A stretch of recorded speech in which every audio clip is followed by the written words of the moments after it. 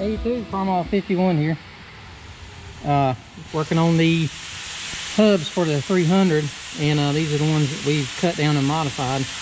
And what I'm doing here is we've got these bushings. Hand me a bushing there, Rhett. Got these bushings, and I had to shave them just a little bit on the top. And what I'm doing is filing the holes out to where they'll fit in there a little snug. They're a little snug with the paint that's in them. And what I'm doing is I'd hammer them down in there, get them flush, and that way it'll take up that space, because this is a 7/8 hole, and I need it reduced down to a 9/16 hole, because of that's what's on the hub of the 300. So, and the thing is, we ordered these bushings to fit these holes, and either they were off or there's a little bit of paint in the holes. But these particular holes here are they should be straight, but I think they're beveled or something. So and partly my fault for not even checking them before, but you see I've nicked it up there one or two places, but nothing little paint can't fix, but little touch-up paint can't fix. But yeah, so I got these two here to go, and like I say, what I'm having to do is having to drill them with the 7/8 drill bit, because they're like a hair under, and then those just about fell through. But and then take a bolt and press them in, or not press them in there, but take the hammer and knock them in there to where they're flush. They're flush on the bottom, and I took the grinder and ground just a little bit on top to undersize them, so the washer will kind of collapse onto it a little bit there. But, and I got two more to go here, but you can see that they will not fit in there. And it's like, I think they are hair over, just a little bit oversized, but that's the way it goes. But anyway, that's what you got to do when you got to modify something. All right, I didn't get to do any video because it was dangerous there with the jack stands and the jack and all, trying to get this thing picked up to get the bolts mounted up. But here it is, and you can see it picks up quite a bit. It's over the fender now. I'm gonna get some thicker washers right here. I'm not very I could double up on them, but I think what I'm gonna do is get like maybe a 1/4 inch, something like that, almost like a thick it's like a locking washer, and put on there.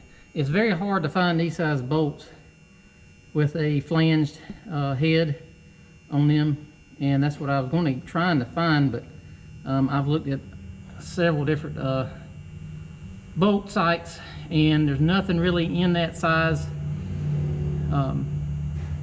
thread size, to fit it like that. So it's not going to work out. But anyway, so I'm gonna have to go with a washer. The head of the bolt does cover the hole in the rim, but I would like to have a little extra meat holding that rim on, because what we have here is a 13/6 38 tire, and I would just like to have a little bit more holding this on. These hubs here, they were square, and I'll put a picture in there now. You can see that they were square at one time when we got them, and then we had machine shop cut out, and they cut a little hole in there, but that's fine. But they cut out that section there, and it went from 120 pounds down to this hub here, or center, weighing 53 pounds even. And so, and I rounded them off, got most of them, everything pretty identical, and then I took the scale and I weighed both of them and got them to where, like, the lowest I wanted to go, I could probably took off a little bit more, but and I've seen tractors with a lot bigger tractors with a lot less holding it on. So I feel comfortable with these grade 8 bolts all around. But I've got it set in. It's setting about 3 inches off the fender. That's close enough. And like I say, the most of the tire is sitting outward. So the print on the ground is exactly where the other tire was. I don't want to go too much wider because then it's going to be throw off when I load the thing up on my ramps.